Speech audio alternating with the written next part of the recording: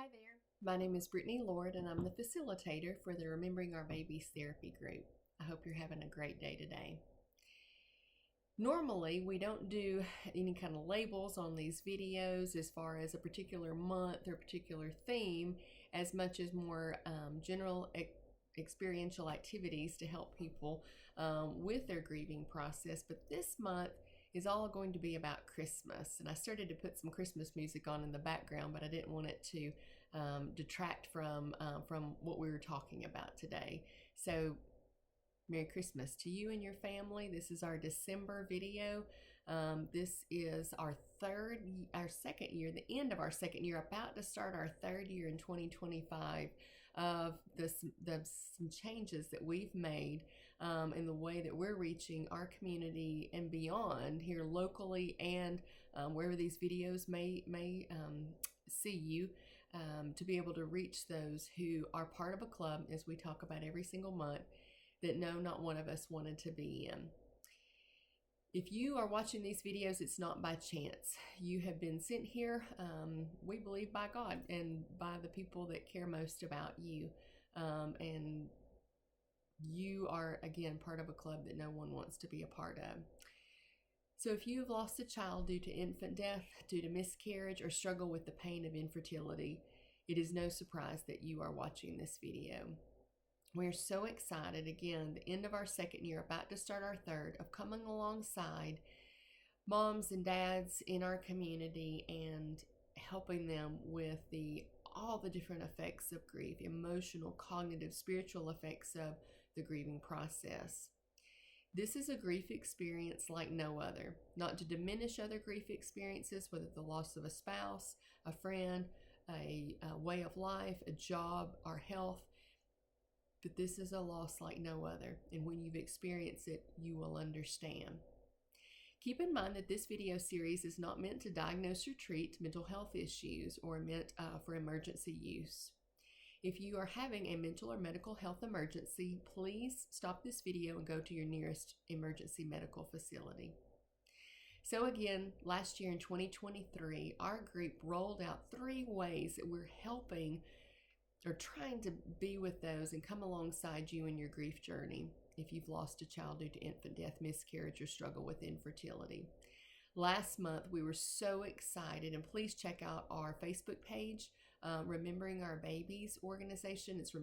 Just Google Remembering Our Babies. There's several different parts of our group, and you'll get to see pictures and to see video of what we did. Please make plans to attend this wonderful fundraiser every year.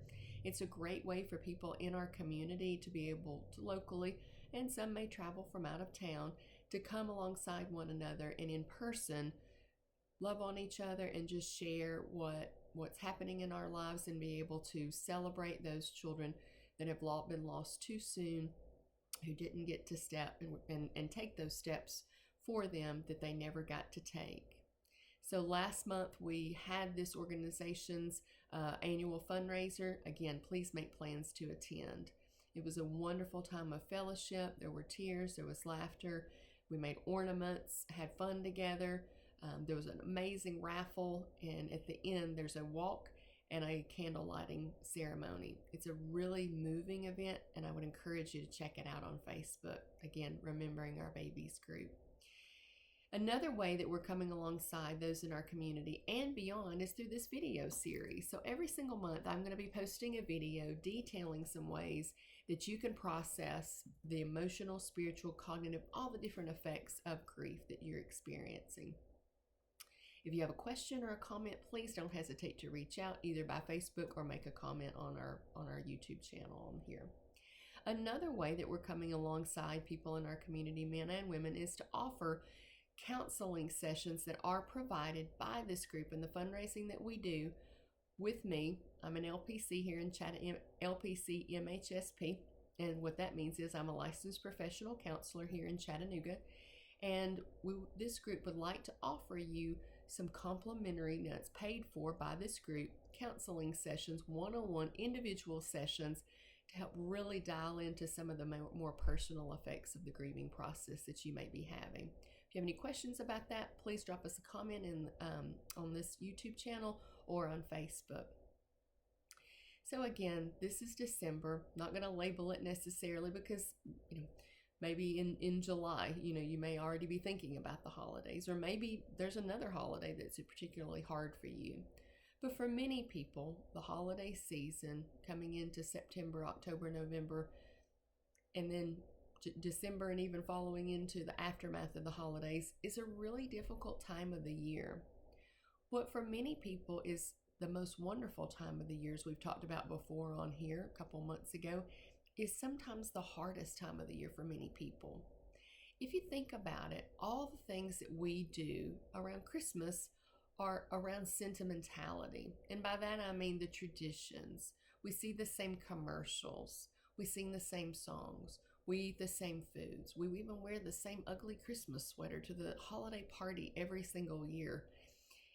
The point is, these things are nice and they're fun, but sometimes they can remind us of maybe who should have been here. Maybe our child should have been here, or maybe last year they were here and they weren't. They're not here this year.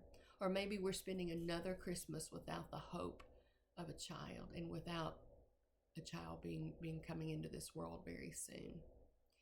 So again, for many people, and even those who haven't lost children, have experienced miscarriage or infertility, this is a very hard time of the year.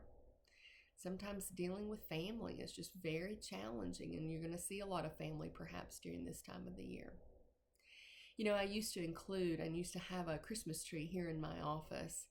And, a couple of years ago, I stopped doing that. It's not that I don't love Christmas or celebrate the holiday myself, but my thought is, for my clients and for you guys being in my office right now virtually, you need not one more reminder of the Christmas season. I think in October I walked into a store and they already had Christmas decorations up and they were blaring Christmas music. Again, don't mean to sound like Ebenezer Scrooge or Bah Humbug, but at the same time, it's everywhere we go. And again, if it's not the most wonderful time of the year, if you're really struggling, it's quite literally smacking you in the face everywhere you turn. One of my clients made this for me, and I included it in my office. It's a little yarn Christmas tree, and it's really cute. It's small. It sits right here next to my chair, and it's blue. And I really like this tree because it reminds us that, sometimes, blue Christmas means that we are sad, that we're grieving the loss of something, either the hope or the person or the way of life or the parenthood that we thought we would have at this point. Again, what is often the most wonderful time of the year for many people is sometimes the most difficult. I've even seen some churches do blue Christmas services. If you maybe Google that in your area and check that out. But today I wanted to highlight 3 ways that we can maybe help during this time of the year. One of the ways is to keep going with self-care. What I often hear my clients say is, man, this is just a busy time of the year. I really don't have time to exercise. I really don't have time to go get that pedicure. I don't have time to read that chapter. And the interesting thing about that, or the hard thing about that, is it's during those times that we're the most busy that we really need our self-care. You may not have an hour to go get whatever it is, the massage that you usually get. So maybe, you go and do a quick massage, maybe at the little place in the mall, perhaps. I don't know what that is that is usually helpful for you, but self-care is integral during this time of the year. Now, one of the ways that I've had my clients to practice self-care is to just pay attention to their feelings and to journal. Now, I know journaling can be a bad word for a lot of people, and many times people do not like to write down their thoughts and feelings. So what I often suggest is a mini journaling technique. So if you Google feelings wheel, you're going to see one of these. There's tons of different ones that are online. And so what I'll have my clients do is each day, rather than writing taking 30 minutes to write something that's really long, look at the feelings wheel and say, hey, what did I feel like today? Okay, I felt maybe distant. I felt abandoned. But there was even times when I felt a little hopeful. And maybe just to notice, okay, why was I feeling these feelings? What was going on, perhaps? So it helps us to understand how our circumstances, our behaviors, and how our emotions are all interrelated. Now, You may write this down and you might find 20 different feelings that you're feeling, and you have no clue how you're feeling and why you're feeling these feelings, right? Or you may feel fearful and you know exactly why you're feeling that. It helps to communicate to us that our feelings matter, one. It also helps us to see patterns in our feelings. Perhaps we're noticing that we're feeling a certain way every single Friday. Okay, well, what's happening on Fridays? So it may not be that obvious, but it might be, and help us to kind of do a little detective work around what's happening in our lives. We stay so busy, all of us, that we don't take time to really think about how we're doing. Third, it also helps us to identify maybe underneath some of these feelings. Right there in the middle, and it doesn't matter which circle or level that my clients pick a feeling for, but right in the middle, you're going to see some of those main feelings: anger, fear, sadness. Maybe you are angry, but maybe there's something underneath that anger. Anger is one of those umbrella words or feelings that maybe there's something that's lurking underneath. And when you start to look and you realize, oh, okay, maybe I feel threatened. So that's different than anger, right? That helps to give us a new avenue to go down. It helps just to really dial underneath and do some detective work around our feelings. So practicing self-care, whatever that looks like for you on a regular basis, is so important during this season. Another way that we can help ourselves during this time is giving us an out. What I mean by that is, okay, let's say that normally we go to holiday parties, and we have this party for work every single year. So you and your significant other, you go to this holiday party, they're on your own, and you recognize, okay, I'm not going to ride with other people, and I'm not going to make myself stay a certain amount of time. Okay, maybe I give myself an hour and see what that looks like for me. If at the end of the hour it's too much to bear, then I leave. I've made my appearance.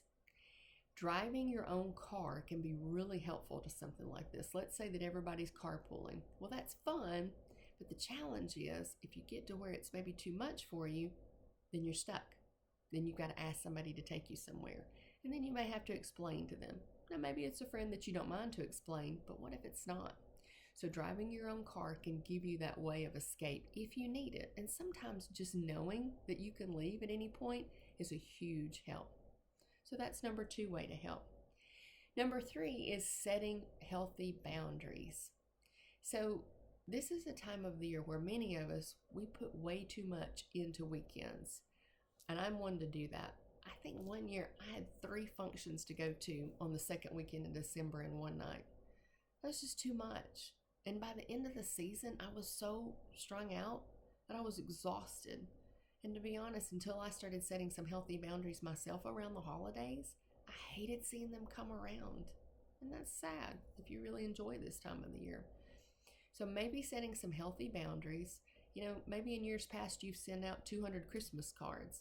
I don't know. I don't think I know 200 people. But, this year, you know what? We're just going to whittle that down. Maybe we don't even send one out this year. Maybe we put something on Facebook. Happy holidays, Merry Christmas, Happy New Year to you and yours, with a nice picture. Something to make it a little easier on ourselves and setting some healthy boundaries.